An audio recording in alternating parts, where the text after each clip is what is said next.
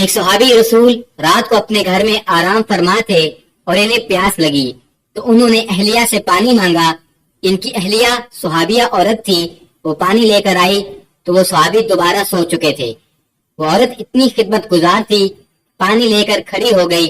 جب رات کا کافی حصہ گزر گیا تو صحابی کی آنکھ کھلی تو یہ دیکھ کر حیران رہ گئے کہ ان کی وفادار بیوی پانی لے کر کھڑی ہے۔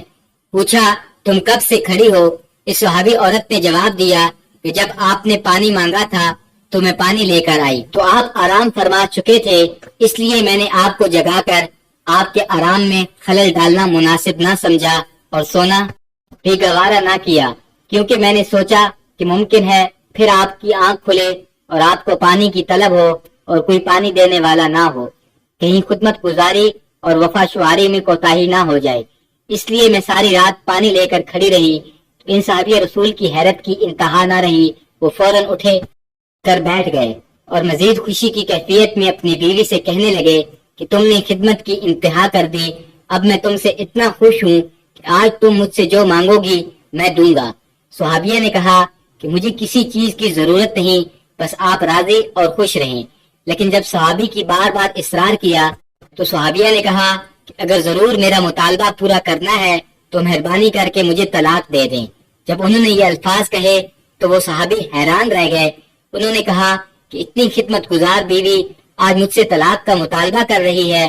انہوں نے کہا چونکہ میں وعدہ کر چکا ہوں اس لیے آپ کا مطالبہ تو پورا کروں گا، لیکن پہلے چلتے ہیں رحمت دو عالم صلی اللہ علیہ وسلم کی خدمت میں۔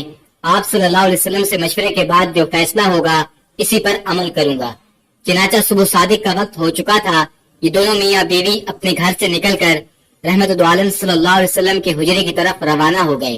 راستے میں ایک گڑھے میں صحابی کا پاؤں پھسل گیا اور وہ گر گئے۔ ان کی بیوی نے ہاتھ پکڑ کر صحابی کو اٹھایا اور کہا آپ کو چوٹ تو نہیں آئی؟ صحابی نے جواب دیا اور تو کچھ نہیں، البتہ پاؤں میں تکلیف ہے۔ صحابیہ نے فرمایا چلیے واپس گھر چلیں، تو صحابی کہنے لگے اب تو قریب آ چکے ہیں، تو صحابیہ کہنے لگی نہیں واپس چلیں۔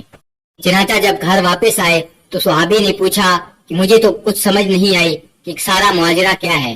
صحابیہ نے کہنے لگی مسئلہ یہ ہے کہ میں نے سنا ہے کہ جسے ساری زندگی میں کوئی تکلیف نہ ہو اس کے ایمان میں شک ہے، کیونکہ جو بھی ایماندار ہوتا ہے وہ ضرور تکلیف میں آزمایا جاتا ہے۔ مجھے تو آپ کے ساتھ رہتے ہوئے اتنا عرصہ ہو چکا ہے لیکن آپ کو بھی کبھی تکلیف نہیں پہنچی، اس لیے مجھے شک ہو گیا اور میں نے سوچا کہ ایسے آدمی کی نکاح میں رہنے کا کیا فائدہ جس کا ایمان مشکوک ہو، اس لیے میں نے طلاق مانگی۔ لیکن جب راستے میں آپ کے پاؤں میں چوٹ آئی تو میرا شک دور ہو گیا کہ الحمدللہ آپ تکلیف میں آزمائے گئے اور آپ نے اس تکلیف پر صبر کیا۔ ذرا سوچئے آج کوئی ایک عورت ایسی با وفا اور خدمت گزار ہے؟ آج تو میاں بیوی کی لڑائی زیوروں، کپڑوں، گھر، مکان اور اخراجات پر ہوتی ہے، ایمان اور دین کی بات تو کوئی پوچھتا ہی نہیں۔ لیکن ان عورتوں کی وفا شعاری بھی دیکھیں، شوہر کو کچھ عرصہ کوئی تکلیف نہ ہوئی تو شک ہو گیا کہ کہیں ان کا ایمان مشکوک تو نہیں۔ اللہ تعالیٰ سے دعا ہے کہ اللہ پاک ہمیں نبی کریم صلی اللہ علیہ وسلم کے بتائے ہوئے طریقوں کے مطابق زندگی بسر کرنے کی توفیق عطا فرمائے، آمین۔